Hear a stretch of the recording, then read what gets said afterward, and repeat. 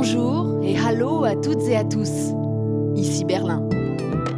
Depuis septembre, nous avons réussi à ne jamais parler ici de l'épidémie de Covid. Ce n'était pas un thème de campagne, pas non plus un sujet pendant les négociations de coalition, malgré la vague Delta et les manifestations anti-vaccins parfois violentes. Der Spaziergang hat seine Unschuld verloren. Il y a quelques jours, le président fédéral Frank-Walter Steinmeier a enfin trouvé les mots pour dénoncer ces prétendues promenades non politiques qui mettent en scène des parallèles abjects avec l'Holocauste. Est-ce un tournant dans la manière de gérer cette épidémie, de gérer surtout ses conséquences politiques ? Scholz à l'épreuve d'Omicron, en distanciel, juste dans vos oreilles. Bienvenue, vous écoutez le podcast avec un cas. Et des cas, il y en a, des centaines de milliers chaque jour partout en Europe, des nouveaux malades, Covid positifs. L'Allemagne n'est pas épargnée, fini le temps où l'on parlait d'un modèle allemand dans la gestion de cette crise sanitaire. Dernier exemple en date, à cause d'un manque de capacité des laboratoires, l'Allemagne envisage de réserver les tests PCR aux personnes à risque et à leur entourage seulement. Autre échec allemand qui saute aux yeux, la vaccination, clairement à la traîne. 73% de la population totale est vaccinée ici contre 79% en France, 85% en Espagne. Des millions d'Allemands, plus à l'Est qu'à l'Ouest, refusent encore le vaccin et le font savoir avec des manifestations régulières, quasi quotidiennes, qui tournent de petite ville en village, un soir ici, l'autre là. Phénomène éparpillé, difficile à appréhender, surtout que la presse n'y est pas la bienvenue et c'est pourquoi je suis particulièrement contente de recevoir aujourd'hui Thomas Wieder, le correspondant du journal Le Monde ici en Allemagne. Bonjour Thomas. Bonjour Hélène. Ces derniers mois, tu as beaucoup couvert ces manifestations sur le terrain. Tu as pu parler avec ces opposants qui se présentent comme des résistants au discours dominant. C'est comme ça qu'ils s'appellent eux-mêmes, des Querdenker, mot qu'on peut traduire comme ceux qui pensent différemment, les gens qui pensent différemment. Qui sont-ils, Thomas, ces Querdenker ? Ce qui domine dans leur discours, en tout cas, c'est l'idée qu'ils défendent la liberté. Liberté de porter ou de ne pas porter de masque, liberté de se faire vacciner ou non. Et du coup, l'image qu'ils projettent sur le pouvoir, sur le gouvernement, c'est toujours la même. C'est celle d'un pouvoir autoritaire, d'une dictature liberticide. Alors après, ce qui frappe, surtout quand on rencontre ces gens, c'est l'extrême diversité. Diversité sociologique, diversité d'âge, hommes et femmes. Bref, c'est extrêmement varié. Et si on cherche à les étiqueter politiquement, là, ça se complique véritablement. Parce que dans les groupes, surtout dans les Länder de l'Est, très clairement, on le voit à la façon dont ils sont habillés, t-shirt, crâne rasé, parfois drapeau allemand, voire drapeau de groupes d'extrême droite. Ce sont des nationalistes, ce sont des identitaires. L'AfD n'est pas du tout présente, le parti AfD, en tous les cas, de façon affichée. Il n'y a pas de drapeau AfD, mais on voit qu'il y a ce groupe-là. Et puis tout autour, il y a des gens qui se proclament véritablement apolitiques. Plus à l'ouest, vous trouvez davantage peut-être de gens un peu hippies, dans une mouvance médecine douce, alternative, qui, lorsque vous leur posez la question de pour qui ils votent, vous répondent plus volontiers qu'ils votent à gauche ou écolo. Et puis beaucoup de gens qui disent qu'en fait, ça n'est pas du tout lié à une affiliation partisane, mais plus l'idée que pour eux, ce virus n'est pas dangereux, en tous les cas n'est pas si dangereux qu'il justifierait des mesures telles que la vaccination obligatoire ou le port du masque partout. C'est exactement ce que me disait récemment un Berlinois en marge d'une manif. Christian est mobilisé depuis le début contre les mesures sanitaires. Ma copine et moi, on a commencé à aller dans la rue parce qu'on était très inquiets de la division de la société. Il y avait une ambiance d'intervention militaire comme si c'était quelque chose... Oui, comme si en fait on se sentait comme en état de guerre. Il y a des mesures démesurées, autoritaires, qui m'inquiètent. Oui, il faut imaginer que dans des petites villes où il y a eu 2-3 morts, ça ne représente pas grand-chose. Et donc pourquoi le pouvoir irait imposer sa loi, surtout dans des terres où la défiance est déjà assez forte ? On dénombre tout de même 117 000 morts en Allemagne. Alors oui, c'est vrai, 10 000 de moins qu'en France pour une population plus nombreuse et plus âgée. Mais au-delà des chiffres, il y a vraiment un ressenti très différent. 28% des habitants de Saxe continuent de penser que le virus n'existe pas. À l'Est, le taux de vaccination est globalement plus bas, autour de 65%. Thomas, est-ce que le mouvement des Querdenker est différent à l'Est qu'à l'Ouest ? Ce qui est très intéressant en Allemagne, c'est que en fait, ce pays qui a été divisé pendant 30 ans, ça se reflète aujourd'hui encore, parce que dans les motivations et la carte des antivax, il y a un peu deux Allemagnes. Il y a effectivement cette Allemagne de l'Est où on voit que l'extrême droite protestataire est plus forte dans le mouvement. Et là, très clairement, c'est la défiance vis-à-vis des autorités, le manque de confiance totale. Et dans les arguments, dans l'imaginaire qui est véhiculé, ce qui me frappe, c'est que c'est exactement la même chose que ce que vous entendez dans les anciens pays du bloc de l'Est jusqu'en Russie. Dans des régions, dans des Länder comme la Bavière ou le Bade-Württemberg, où le taux de vaccination est aussi relativement bas, là, on est dans une autre ère culturelle. Et là, les arguments que vous entendez sont beaucoup plus proches de ceux que vous entendez en Suisse ou en Autriche, avec effectivement souvent des populations plus diplômées, le mouvement anthroposophique, les médecines alternatives, l'éducation alternative dans les établissements Waldorf notamment. Oui, alors ça fait écho à cette tradition anti-autoritaire très développée dans l'Allemagne de l'Ouest après la guerre. D'ailleurs, le mouvement Querdenker, il faut le rappeler, il est né à l'Ouest, dans la région de Stuttgart, en avril 2020. Mais aujourd'hui, on observe que les manifestations, dans leur majorité, ont lieu à l'Est, dans le Brandebourg, en Saxe, en Thuringe. Pourquoi ? Dans ces régions de l'Est de l'Allemagne, ça arrive sur un terreau qui est socialement, politiquement, culturellement déjà assez éruptif. C'est pas un hasard si la carte des manifestations est aussi cette carte des petites villes où on vote beaucoup pour l'extrême droite, ou alors où on ne vote pas du tout, où la défiance vis-à-vis du gouvernement existe depuis longtemps. C'est là aussi où ont été les plus forts les mouvements anti-réfugiés, ces petites villes de Saxe et de Thuringe au moment de la crise migratoire de 2015-2016. Et d'ailleurs, ce sont les mêmes arguments. C'est ça qui est intéressant. C'est que la dénonciation du pouvoir autoritaire et de la dictature sanitaire, c'était également déjà le cas. On accusait Merkel d'être elle-même une dictateur autoritaire qui imposait aux Allemands les réfugiés en 2015-2016. Donc c'est la même chose qui se joue sur des territoires où est aussi souvent réactivée la mémoire de 1989, de la révolution qui a abouti à la chute du mur de Berlin, et donc fondamentalement la liberté. Alors réactiver aussi peut-être une sinistre mémoire, puisqu'on a vu des marches avec des flambeaux, des cortèges jusqu'au pied des domiciles d'élus. À Dresde, un groupuscule anti-vax proche des néo-nazis a été démantelé début décembre. Ils avaient des armes, ils projetaient de s'en prendre au président de la région. Et puis, on dénombre quand même déjà un mort, un jeune homme abattu quelques jours avant les élections en septembre dans l'ouest de l'Allemagne par un Querdenker qui refusait de porter un masque dans la boutique d'une station-service. Ses opposants ont un potentiel violent. Est-ce que, à tes yeux, Thomas, ils sortent du champ démocratique ? C'est un mouvement qui se radicalise et qui se radicalise à la fois de façon endogène et exogène. Endogène parce qu'à l'intérieur du mouvement, ceux qui se font le plus entendre, et c'est ça qui donne une image un peu trompeuse, sont très clairement souvent les gens les plus extrémistes et les plus radicaux.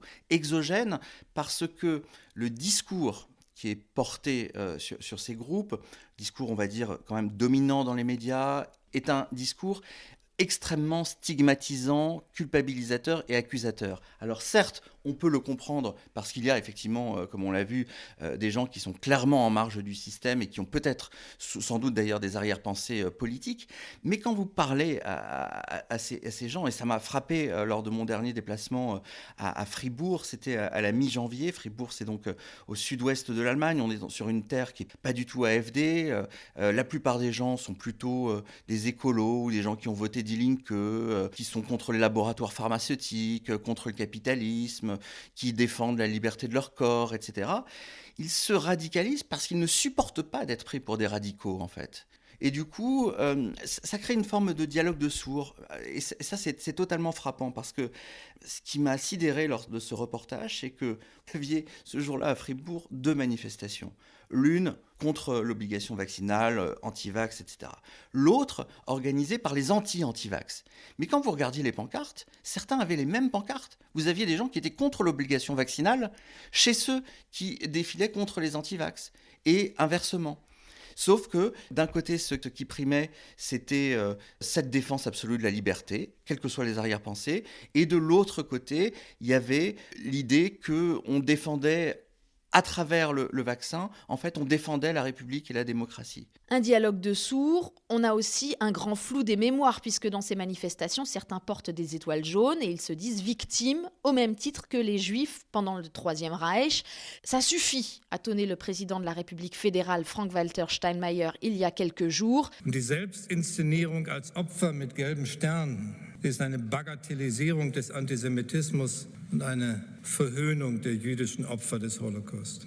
C'est une banalisation de l'antisémitisme, une injure aux victimes juives de l'Holocauste, dit-il, et il a appelé la société civile à sortir de son silence. D'ailleurs, ça et là, on assiste au réveil de la population, comme cette manif spontanée à Munich.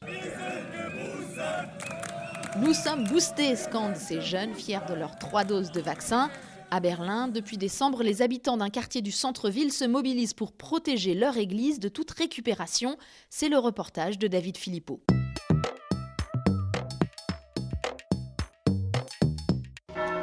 Comme tous les soirs, à 18h, c'est l'appel à la prière à la Gethsemane-Kirche. À l'automne 1989, elle fut l'un des hauts lieux de la contestation contre la RDA. Depuis, c'est un symbole contre l'oppression et les dictatures. Certains antivax de Berlin en ont fait un lieu de manifestation. Ils perturbent les moments de recueillement, proteste la pasteur Aliona Hoffmann. Ils nous ont insultés grossièrement et ont même arraché le masque d'un monsieur qui priait. Il y a eu aussi des dégradations, des menaces. Alors, maintenant, tous les lundis, des habitants forment un barrage pour protéger le lieu avec leurs bougies et leurs instruments de musique. Au début, les gens étaient surpris et aussi choqués. Mais maintenant, ils se sont repris. L'idée, c'est de ne pas laisser ce lieu si spécial aux opposants aux mesures sanitaires, car on ne sait pas qui se cache dans leur rang. J'étais déjà là en 89 et je trouve que c'est bien à nous d'être ici de nouveau. En 89, Aliona Hoffmann était étudiante en théologie et elle aussi dans la rue. À l'époque, les gens ont manifesté et ils ont risqué très gros pour obtenir ce que nous avons aujourd'hui. La liberté d'expression, la liberté de manifester, même pour ceux qui nient la pandémie. Nous vivons vraiment dans un état de droit, ce n'est pas une dictature. Ceux qui disent cela ne savent pas de quoi ils parlent. Des banderoles de fortune sont tendues entre les lampadaires contre l'instrumentalisation du lieu ou contre les théories du complot à propos d'une prétendue dictature sanitaire, explique l'une des organisatrices. Nous voulons surtout montrer ce que pense la majorité des gens ici dans le quartier, à Berlin et sans doute dans toute l'Allemagne. Une majorité très silencieuse jusqu'à présent, mais maintenant nous voulons lui donner une voix. À ce moment-là, plusieurs personnes non masquées s'avancent et les esprits s'échauffent.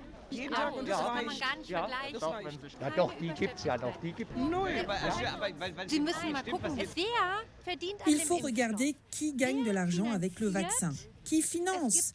Il y a des élites, des riches, oui, et les médias aussi sont financés. Ce qu'on voit ici, c'est une fusion entre le numérique et Big Pharma, et nous sommes totalement contrôlés. Finalement, le petit groupe s'éloigne sans avoir pu s'approcher de l'église. La police n'a pas eu besoin d'intervenir, mais ailleurs en Allemagne, régulièrement, il y a des échauffourées, des confrontations entre les deux camps.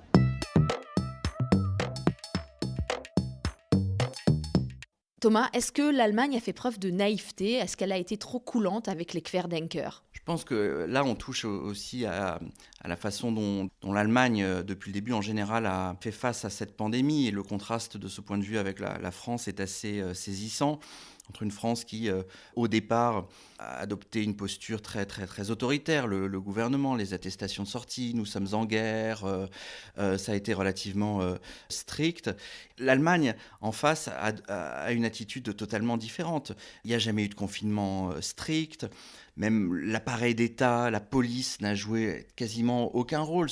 Quand vous comparez l'absence totale du ministre fédéral de l'Intérieur avec l'omniprésence du ministre de l'Intérieur français pendant toute cette crise. Là aussi, c'est saisissant.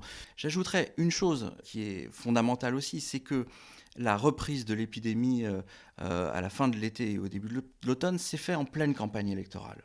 Et en pleine campagne électorale, tous les candidats, quels qu'ils soient, n'ont pas voulu tenir un discours anxiogène. Ensuite, vous avez eu 2 mois et demi pendant lesquels la nouvelle coalition s'est mise en place. Ils n'ont pas voulu rajouter ce dossier-là pour compliquer les négociations pour former une coalition. Angela Merkel, elle, était sur le départ et donc c'était un petit peu moins son problème. Donc on a été dans cette espèce de vacances, à la fois électorales et post-électorales, qui n'étaient pas propices à des décisions claires et à un discours courageux. Est-ce qu'aussi on a eu peur de stigmatiser les habitants de l'Est, plus réticents au vaccin, pour ne pas braquer cet électorat qui est quand même plus enclin à voter pour les extrêmes ? Ce qui est sûr, c'est qu'on a vu, notamment à partir de la deuxième vague, que les ministres-présidents des Länder de l'Est, que ce soit Kretschmer en Saxe ou Ramelow en Thuringe, ont dès le départ été très réticents et se sont opposés à Angela Merkel, qui à l'époque était favorable à des restrictions plus strictes. Et s'ils l'ont été, c'est parce qu'à l'époque on ne parlait pas du vaccin, mais c'était les mêmes. Le mouvement anti-masque était assez fort. Donc très clairement, il y a eu l'idée de la part des dirigeants politiques locaux dans ces régions qu'il ne fallait pas être trop autoritaire parce qu'ils sentaient que le tissu social pouvait se déchirer. Avec nos lunettes de français, on a l'impression que quand hier Angela Merkel, aujourd'hui Olaf Scholz annoncent des décisions, ces décisions sont tout de suite répercutées au niveau local, mais pas du tout en fait. Ce que dit le chancelier ou la chancelière, ce sont des lignes directrices qui ensuite doivent être mises en œuvre par les Länder et même ensuite au niveau des cantons et des arrondissements. Et très souvent, vous avez la possibilité de déroger aux règles qui ont été posées là encore ces jours-ci. Vous avez déjà eu en Saxe des arrondissements qui ont dit de toute façon, on ne mettra pas en œuvre l'obligation vaccinale pour les professions de santé qui est décidée à partir de mars. Donc il y a cette idée quand même que si on tape du poing sur la table, si on n'est pas d'accord, au niveau local, on pourra toujours avoir nos propres règles. Et donc ça encourage aussi d'une certaine façon un esprit frondeur, puisque ça montre qu'il peut avoir son efficacité. Est-ce qu'on veut emmerder les non-vaccinés en Allemagne ? C'est pas le style de la maison, très clairement. Il n'y a pas de volonté de la part des dirigeants allemands de cliver et de stigmatiser plus qu'il ne faut ces populations. Ils restent convaincus que c'est plutôt avec la persuasion qu'ils parviendront à leur fin. Ce qu'il y a, c'est que cette persuasion, on voit un peu les limites aujourd'hui, parce que ça ne marche pas véritablement. On a beau inciter. Le pass vaccinal existe en Allemagne depuis bien avant en France. Il existe depuis novembre. Ça n'a pas tant fait que ça progresser le taux de vaccination. Olaf Scholz gère-t-il cette crise différemment que le faisait Angela Merkel ?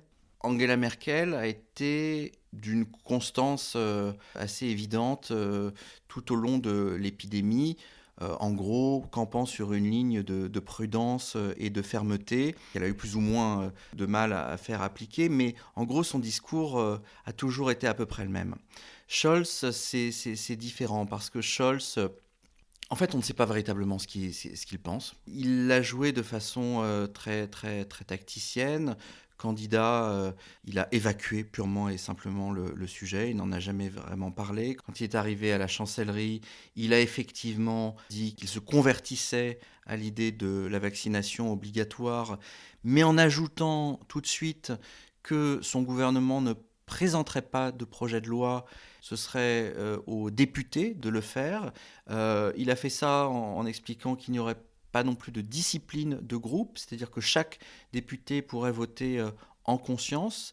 Alors évidemment, derrière ça, il y a une explication très politique, c'est que les trois composantes de sa majorité sont divisées sur la question, surtout les libéraux. Donc c'était un peu compliqué pour un chancelier, au moment de son arrivée, de se heurter à sa majorité. Sauf que là, on voit que les choses sont assez mal emmanchées, et il y a quelque chose qu'aurait sans doute pas fait Merkel, et qu'a fait Scholz, c'est qu'il a tout de suite donné un échéancier. Il a dit cette obligation vaccinale, on va l'appliquer à partir de février ou mars. Il a dit ça le 30 novembre. C'était très imprudent parce qu'aujourd'hui, tout le monde peut lui opposer le fait que le délai sera complètement explosé et que si ce projet aboutit, ce sera au mieux au printemps. Pourtant, Olaf Scholz a immédiatement remanié le cadre d'action de la chancellerie, puisqu'il a créé une task force avec des experts dans les locaux de la chancellerie. À la tête, il a mis un militaire, un général. Il a aussi choisi Karl Lauterbach pour être ministre de la Santé, épidémiologiste de formation, très populaire ou bien détesté parce qu'il a toujours des positions extrêmement claires et il est partisan d'une ligne très dure face au virus. Mais 1 mois et demi plus tard, on a l'impression que l'Allemagne est tout autant débordée par l'épidémie. On le voit en ce moment avec le problème des tests, le grand bazar dans les écoles.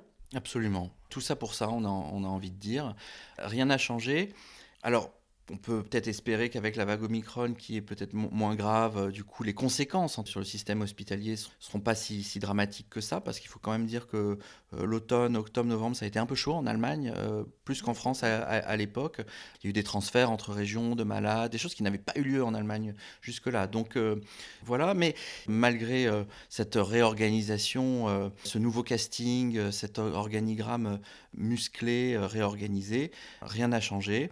Karl Lauterbach, on a l'impression que depuis qu'il est ministre, en fait, il a complètement perdu cette espèce d'aura tribunicienne qui était la sienne, clivante certes, mais qui pouvait laisser croire qu'une fois aux commandes, il allait faire bouger les choses. Et lui-même est d'une extrême prudence également. C'est vrai que ça donne l'impression que ce nouveau gouvernement, à ses débuts, manque à la fois de cohésion, de volontarisme, et d'une certaine façon que la continuité avec Merkel est quasiment totale. En tous les cas, sur ce plan, c'est pareil en moins bien. Merci beaucoup Thomas Wider, correspondant du Monde, pour cette analyse qui partait du terrain et qui finit donc à la chancellerie. La vague Omicron est arrivée en Allemagne un peu après la France. On s'attend à un mois de février très compliqué. On n'est pas encore à l'heure du bilan. Merci à David Philippot et son micro au plus près des Allemands, à Aloïs Kerek pour la musique, aux voix françaises pour les traductions. Merci au DFI pour sa confiance. Le podcast avec un K revient dans 2 semaines. On tendra le miroir vers la France, comment l'Allemagne regarde et suit la campagne électorale pour la présidentielle. Je m'appelle Hélène Kohl, avec un K, et je vous dis à bientôt. Bis bald.